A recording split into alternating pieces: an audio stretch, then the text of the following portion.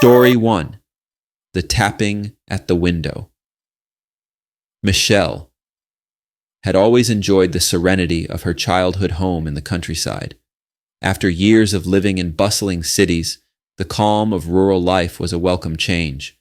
Her parents had moved away to retire in a warmer climate, leaving the old family farmhouse to her. It was the perfect escape. No noisy neighbors, no streetlights, just peace. One winter night, after a heavy snowstorm, Michelle found herself completely alone in the house. The power had gone out due to the storm, so she lit a few candles and curled up in bed with a book. The sound of wind howling through the barren trees outside was the only thing keeping her company.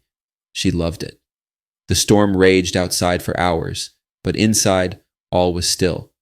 Michelle began to doze off, lulled by the storm's fierce rhythm. Then she heard it, a faint, almost imperceptible tapping. Her groggy mind thought it must be a branch against the window, something caught in the wind. But as the minutes passed, the tapping became more consistent. Michelle sat up, fully alert now. The sound wasn't coming from a tree branch. It was too deliberate, too steady. Tap, tap, tap. The window was right beside her bed. So slowly she pulled back the curtain to peer out into the night.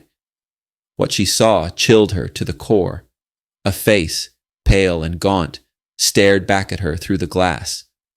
The man was standing just inches from the window, his eyes wide and unblinking, watching her with an unnerving intensity. His breath fogged the glass as he continued to tap rhythmically on the pane with a single finger.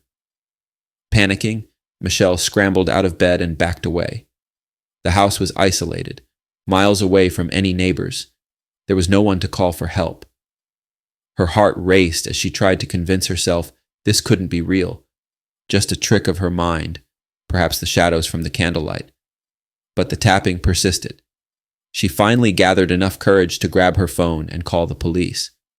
As she explained the situation, her voice shaking, the man's tapping suddenly stopped.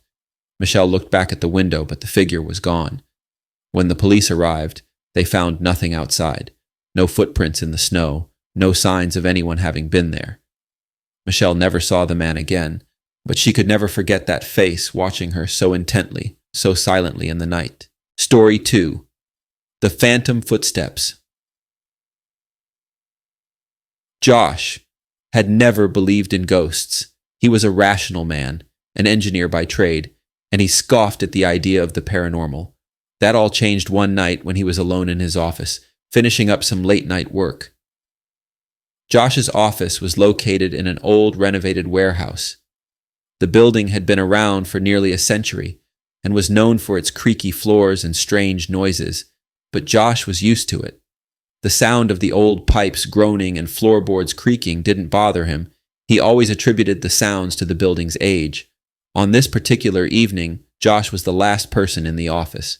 His colleagues had left hours ago, and the only light in the place came from his desk lamp. The rest of the floor was dark and eerily silent. As he typed away at his computer, Josh suddenly heard something unusual, a faint but distinct sound of footsteps.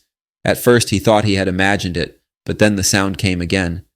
The steps were slow and deliberate, as if someone was walking down the hallway toward him. Josh stood up and listened carefully. He knew he was the only one left in the building. The footsteps grew louder, and his heart began to race.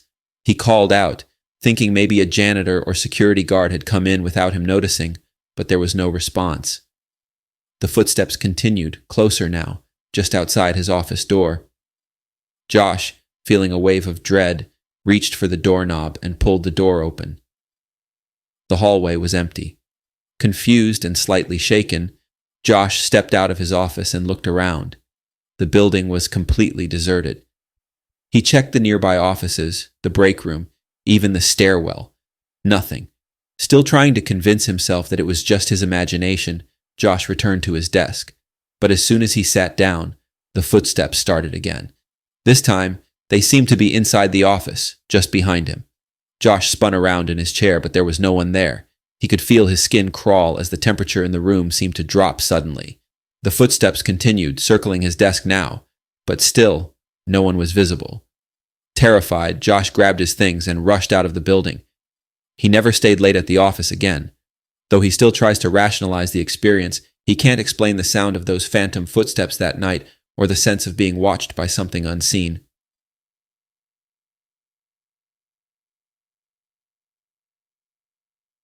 Story 3.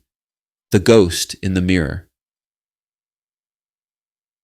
Elena had just moved into her new apartment, a small but cozy place in an old refurbished building. She was excited to have a space all to herself for the first time in years.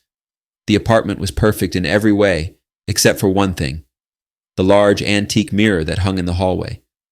The mirror had come with the apartment, and Elena didn't think much of it at first. It was an old, ornate thing, with a dark wood frame and a slightly tarnished surface. The landlord had told her it had been part of the building for decades and was considered a valuable antique, but from the moment Elena moved in, the mirror made her uneasy. She would often catch glimpses of movement in its reflection out of the corner of her eye, but when she turned to look directly, there was nothing there. At first, she dismissed it as her mind playing tricks on her, perhaps just the way the light hit the surface or a shadow passing by. One night, Elena was getting ready for bed when she noticed something strange in the mirror. As she passed by it on her way to the bathroom, she saw a figure standing in the reflection. It was a woman dressed in an old-fashioned gown, her hair long and dark, her face pale. Startled, Elena turned around, expecting to see someone behind her, but the hallway was empty. When she looked back at the mirror, the figure was gone. Convinced she had imagined it, Elena tried to shrug off the experience, but over the next few weeks, things only got worse. The woman in the mirror began appearing more frequently, sometimes just a faint outline, other times clear as day. She would always be standing behind Elena, staring at her with hollow eyes. Elena's unease turned to fear one night when she woke up to the sound of soft whispering. The voice seemed to be coming from the hallway. Groggy and confused, she got up and walked toward the sound, only to find herself standing in front of the mirror. There, in the reflection, the woman stood once again. But this time, she wasn't just staring, she was moving. Slowly, the woman's hand reached out from the mirror as if trying to pull Elena in. Terrified, Elena screamed and ran back to her room. She refused to leave her bed for the rest of the night. The next morning, she covered the mirror with a sheet and called the landlord, demanding they remove it from the apartment. Elena never saw the woman again after the mirror was taken away, but to this day she still wonders who or what had been trapped inside that reflection.